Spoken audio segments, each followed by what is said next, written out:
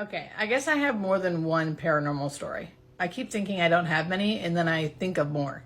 So since I did a scary one yesterday, I'm going to do a more positive one today. And by more positive, I mean incredibly positive. Now, this one too changed my opinion about what happens to us in the afterlife, but in a good way, not a bad way. I had to follow up that scary one with some love and light. You know what I mean? Okay, so I'm a hospice nurse, right? So I had a patient of ours who was on hospice. He was younger again, and he didn't have much family around. So we really, as a hospice team, really helped him out a lot. He ended up living longer than we thought he would, which was amazing. So a lot of us got very close with him, including myself. He is still my favorite patient. Never forget him. Love him. My heart soars every time I think of this guy. Okay, so once he was actively dying, we set up continuous care to help manage his symptoms and care for him in the home. I went to go visit him, and I could tell that he was going to pass likely that day within a few hours. So I was saying my goodbyes, and after I said, my goodbyes, I left and went to my car, and I was kind of thinking about him again and praying and just thinking, I hope he has a wonderful, peaceful death. And suddenly, I heard his voice in my head.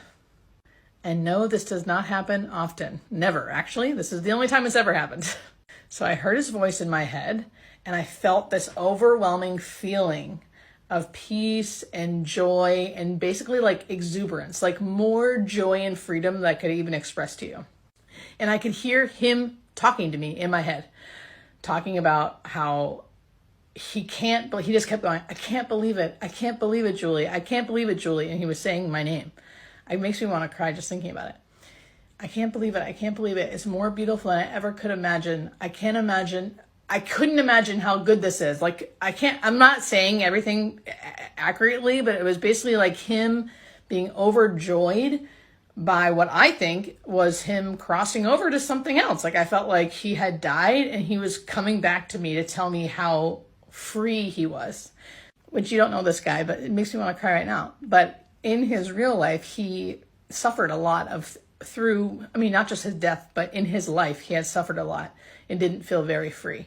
So to hear this from him and feel this feeling of freedom was overwhelming.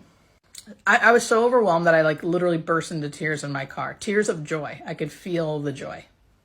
And then, of course, just then, my nurse inside the house, because I was still in my car parked outside, called me and said, Julie, he just passed away. And I knew it because he told me. And he had crossed over somewhere wonderful.